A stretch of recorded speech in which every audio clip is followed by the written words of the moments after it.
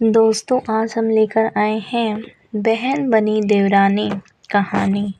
प्रीति mummy, मैं आपको कितने बार मना कर चुकी हूँ कि मैं जिस घर में किसी को जानती नहीं पहचानती नहीं उस घर में मैं शादी कर सकती हूँ क्या? मैं तो ससुराल में बिल्कुल अकेली पड़ जाऊँगी माँ। पर प्रीति बिटिया, एक ना एक दिन तो हर लड़की को अपने ससुराल जाना ही पड़ता है और ये तो हर लड़की के साथ होता है। ससुराल में जाकर एक दूसरे को पहचानना, सबके दिलों में जगह बनाना, सबसे प्यार बांटना, यही तो रीत है।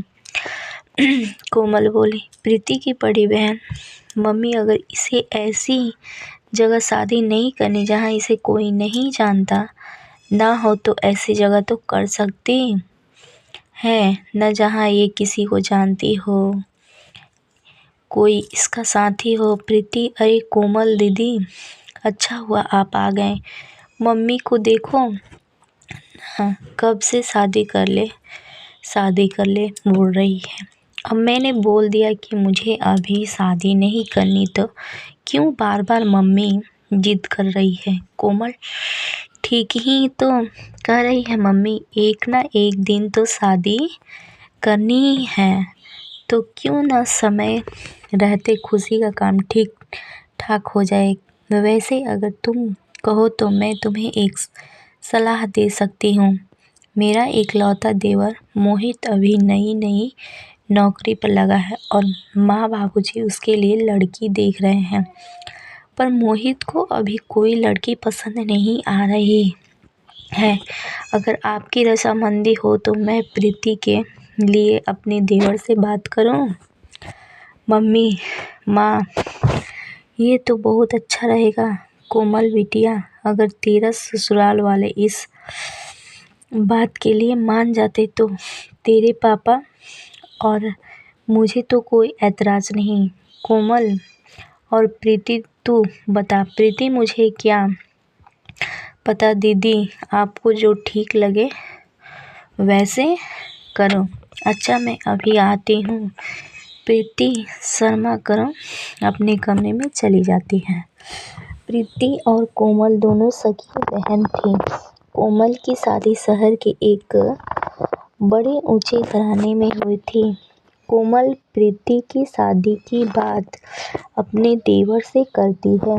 सब लोग इस रिश्ते के लिए मान जाते हैं क्योंकि प्रीति के स्वभाव को सब जानते थे कि सबकी रजामंदी से खुशी खुशी रिश्ता तय हो जाता है तो है और प्रीति और मोहित की शादी हो जाती है।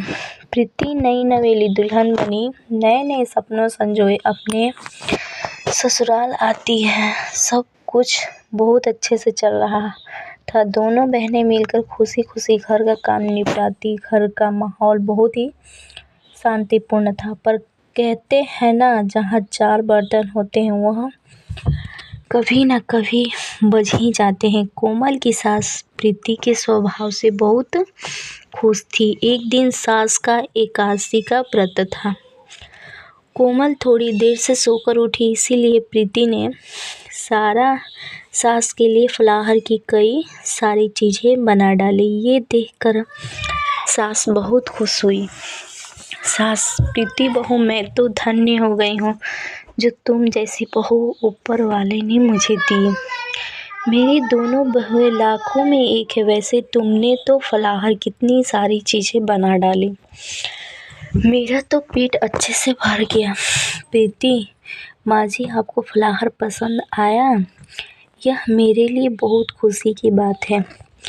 अपनी सास की प्रशंसा की हकदार पहले अकेली कोमल हुआ करती थी, पर अब सास का प्यार बट गया था। प्रीति की तारीफ सुनकर कोमल को अपनी बहन से थोड़ी ईर्ष्या होने लगी, इसीलिए उसके व्यवहार में बदलाव आने लगा। प्रीति, कोमल दीदी, देखना, मैं कढ़ी बना रही थी पकौड़े के लिए, इतना बेस काफ़ी रहेगा ना?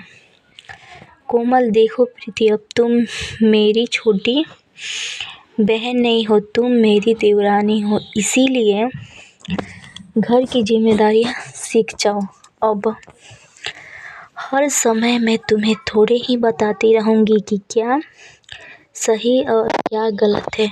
खुद भी तो बनाना सीखो, और वैसे भी मुझे बहुत सारे काम हैं। आज से पहले कोमल ने प्रीति से कभी ऐसे बात नहीं की थी, पर प्रीति इस बात पर ध्यान नहीं देती। अब तो कोमल अक्सर प्रीति को नीचा दिखाने की भी कोई कसर नहीं छोड़ती थी। एक दिन प्रीति ने गलती से दाल में देसी घी के तड़के की जगह तेल का तड़का लगा दिया, जिस पर कोमल उसे टोकने लगी। कोमल, प्रीति, तुम्हें पता है ना कि माँ जी को देसी घी के तड़के वाली दाल पसंद है, फिर तुमने तेल का तड़का क्यों लगा दिया? प्रीति दीदी, वो देसी घी मुझे मिली नहीं रहा था, मैंने पूरी रसोई में देखा, इसीलिए मैंने तेल का तड़का लगा दिया। कोमल, 6 महीने तुम्हारी शादी को हो गए हैं, कब तक मैं ही रसोई के सामान की देखभाल करती रहूँगी? तुम्हें भी तो देखना चाहिए। देसी घी हमेशा भंडार घर में रखा होता है, एक बार वहाँ जाकर देख लेती, कम से कम ये गलती तो नहीं होती। एक बात कान खोलकर सुन लो, यहाँ तुम मेरी बहन नहीं देवरानी हो। कभी ये सोचो कि दीदी दीदी करके तुम मेरी मदद लेकर घर में सबकी तरफदारी बटोरती रहोगी और मैं चुपचाप देखती रहूँगी। सास, कोई बात नहीं। कोमल, बहू, इस पर इतना गुस्से होने वाली क्या बात है? कभी कभी देसी घी ना हो तो तेल की तड़के वाली दाल खाने में मुझे कोई परेशानी नहीं, और वैसे भी तेल के तड़के में भी दाल बड़ी स्वादिष्ट लग रही है। मुझे प्रीति ने ऊपर से सफ़ेद मक्खन डालकर दिया था, और मखनी दाल तो मक्खन डालकर वैसे ही बहुत स्वादिष्ट हो जाती है। प्रीति की तरफदारी करती हुई अपनी सास को देखकर कोमल गुस्से से भर जाती है और पैर पटकती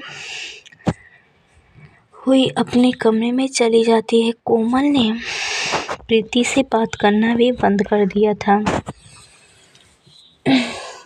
इस वजह से प्रीति का मन बहुत परेशान रहता था। कोमल की आंखों पर जो जलन की पट्टी बंधी हुई थी। एक दिन, सास, क्या हुआ कोमल, तबीयत तो ठीक है?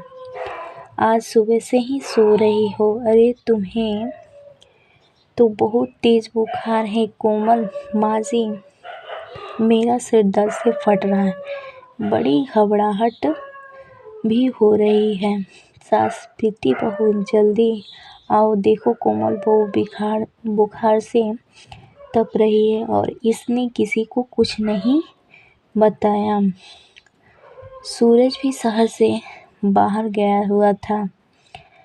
प्रीति, कोमल दीदी, आपने मुझे बताया क्यों नहीं? घबराओ नहीं, मैं अभी मोहित को फ़ोन करती हूँ, वो ऑफिस नहीं पहुँचे होंगे, रास्ते में ही होंगे। प्रीति, हेलो मोहित, आप तुरंत घर आ जाओ, दीदी की तबीयत ठीक नहीं है, वो बुखार से तप रही है, मुझे तो बहुत घबराहट हो रही है। मोहित, प्रीति का पति, घबराओ नहीं प्रीति, मैं अभी आता हूँ, चिंता मत करो। प्रीति दीदी करके रोना शुरू कर देती है। इतनी देर में मोहित घर आ जाता है और वो लोग कोमल को लेकर अस्पताल पहुँचते हैं। कोमल का बुखार सिर पर चढ़ गया था। प्रीति अपने मम्मी पापा को फ़ोन कर देती है। वो लोग भी अस्पताल पहुंचते हैं। प्रीति रो रो कर डॉक्टर से अपनी दीदी को ठीक करने की बात कर रही थी। प्रीति रोते हुए डॉक्टर साहब, मेरी दीदी ठीक हो जाएगी ना? प्लीज़ आप उनका अच्छे से इलाज कीजिए। मेरी दीदी को ठीक कर दीजिए डॉक्टर। 1 हफ्ते बाद कोमल की तबीयत में सुधार आता है और उसे हॉस्पिटल से छुट्टी मिल जाती है। प्रीति ने कोमल की अस्पताल में भी बहुत सेवा की और घर आने के बाद भी उसका बहुत ध्यान रखा। प्रीति अकेले ही घर का सारा काम निपटाती और साथ ही साथ कोमल की भी बहुत देखभाल करती थी। प्रीति की देखभाल से कोमल बहुत जल्दी ठीक हो गई। कोमल भी अपनी बहन प्रीति के सेवा भाव को देख रही थी। कोमल को अपनी गलती का एहसास कराने के लिए एक दिन उसकी सास बोली, सास, प्रीति ने तुम्हारी कितनी सेवा की है बहू, भगवान ऐसी देवरानी सबको दे। अपनी सास के मुंह से ये शब्द सुनकर कोमल की आंखें भर आई। तभी प्रीति बोली, प्रीति, देवरानी नहीं बहन हूँ माँ जी।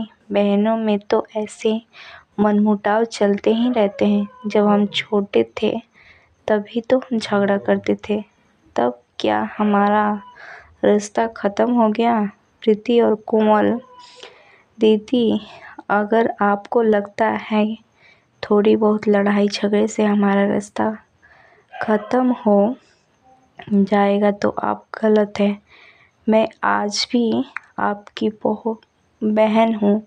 मैं कल भी आपकी बहन थी और आगे भी मैं आपकी बहन ही रहूँगी। देवरानी, मुझे कभी मत समझना और ना कभी बोलना कोमल। प्रीति, मेरी प्यारी बहन प्रीति और कोमल एक दूसरे से गले लग जाती है। सास की आंखें खुशी के आंसू से भर जाती है। अब 2 देवरानी जेठानी नहीं बल्कि 2 बहनों का मिलन हुआ था। ऐसी कहानी देखने के लिए दोस्तों, ऐसे कहानी देखने के लिए हमारे इस चैनल को सब्सक्राइब कीजिए और वीडियो को लाइक कीजिए। धन्यवाद।